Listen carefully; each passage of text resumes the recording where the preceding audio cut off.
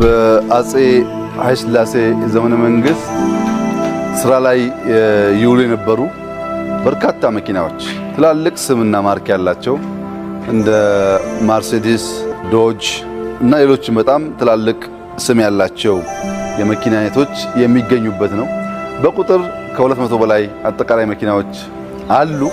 ይህም መኪና ብንመለከት ማርሴዲስ ነው።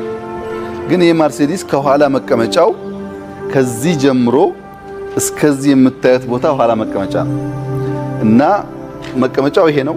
በጣም ሰፊ ቦታ ከፊት ለፊት እግር ለመዘርጋት የሚያስችል ስፋት ያለው ነው። አብዛኛው ቡሌት ፕሩፍ የተሰራ ነው። እነዚህ መኪኖች እኛ ከተማም ይሁን ሌላ ዓለም በቀላሉ የሚታዩ አይደሉም፣ አይታዩ፣ ብርቅ ናቸው። እነዚህም በጣም ውብ በሆነ መንገድ ኤግዚቢሽን ብንሰራ፣ የመኪና ኤግዚቢሽን ብንሰራ በጣም ብዙ ሰው መጥቶ ያያቸዋል። አንደኛ የንጉስ መኪና ናቸው። ሁለተኛ አፍሪካ ውስጥ የዛሬ 50 ዓመት 60 ዓመት በዚህ ደረጃ የደረጀ ሪሶርስ የነበረበት ሁኔታ እንዳለ የሚያሳይ ነው።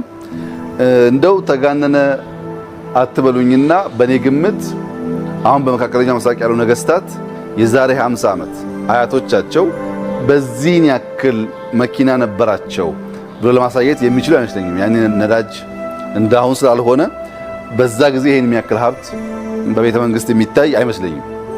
የሆነ ሆኖ እኛ ግን እነዚህ መኪኖች 40 ዓመት 50 ዓመት አሽገን አፍነን ከምናስቀምጥ ቢወጡ ቢታዩ ለቱሪስት መስህብ ይሆናሉ፣ ለእኛም መማሪያ ይሆናሉ።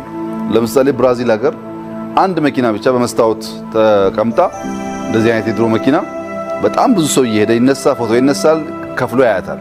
እኛ ግን 100 200 የሚጠጋ መኪና ለሁሉን እንኳን ባናደርግ 50 60ውን አሳምረን ብናስቀምጥ ኢሲኤ ኮንፈረንስ ይመጣ ሰው በረት ሰዓት ወክ አድርጎ ካር ኤግዚቢሽን አይቶ ሊሄድ ይችላል።